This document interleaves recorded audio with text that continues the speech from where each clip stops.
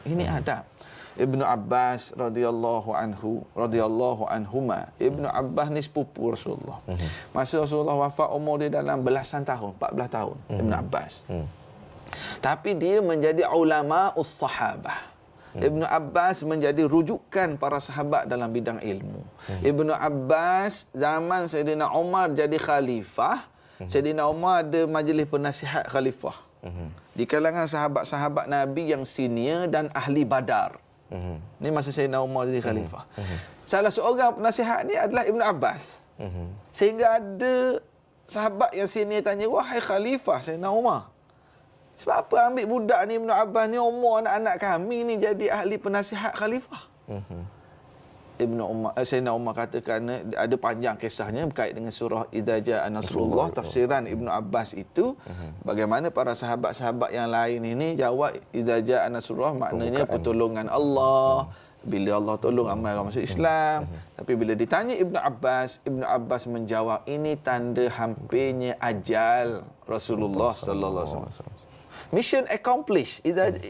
Menang dah. Islam dah menang. Selesai dah misi.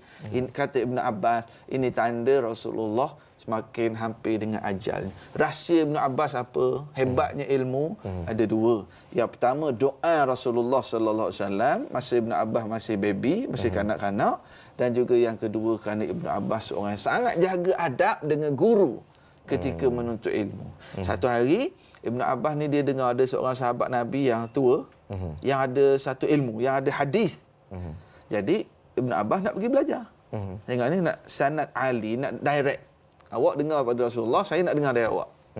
Jadi Ibnu Abbas pergi tengah hari, sampai di rumah guru tu Ibnu Abbas terfikir, oh, ini waktu sebelum zuhur. Sahabat tu tidur sekejap, qailulah. Qailulah ni apa maksud qailulah? Tidur sekejap. Yang kita biasa buat waktu khutbah Jumaat itulah. Qailulah dia panggil tidur sekejap. Jadi Ibnu Abbas sampai depan rumah sahabat tu, ni Tok Guru sedang qailulah ni. Takkan aku nak ganggu. Dia pun tunggu depan pintu rumah Tok Guru. Sehingga dia pun tertidur juga. Bila masuk waktu zuhur, Tok Guru tak disiap-siap ambil wuduk, buka pintu nak pergi masjid, dia tengok, ya benar ammi Rasulillah. Sepupu Rasulullah. Buat apa ni? Ibnu Abbas kata, aku datang, aku dengar kamu ada satu hadis, aku datang nak belajar. Habis kenapa tunggu depan pintu ni, tertidur pula, debu panas pada pasir?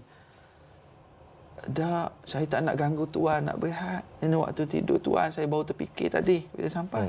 Kenapa tak ketuk pintu je, bagi tahu tak, saya tak nak ganggu tuan. Kenapa tak beritahu je saya, kamu nak belajar, saya akan datang. Kamu sepupu Rasulullah, ahli bait kan? Saya akan hormati kamu. Tak, saya kena datang belajar dengan tuan. Saya nak belajar, saya nak ilmu, saya datang cari. Ya Allah. Kita ilmu masuk dalam rumah kita, masya-Allah, tiap-tiap pagi. Ibnu Abbas kata, saya nak ilmu, saya kena pergi cari. Dan sebab apa tak ketuk pintu tadi? Uridu tiba nafsik. Saya nak hati yang tenang dari tuan untuk ajar saya. Nak hati yang tenang dari guru. Jangan paksa orang nak berehat, orang nak tidur, jangan paksa. Ni pukul 2 pagi telefon ustaz tanya soalan, jatuh tak tolak ustaz.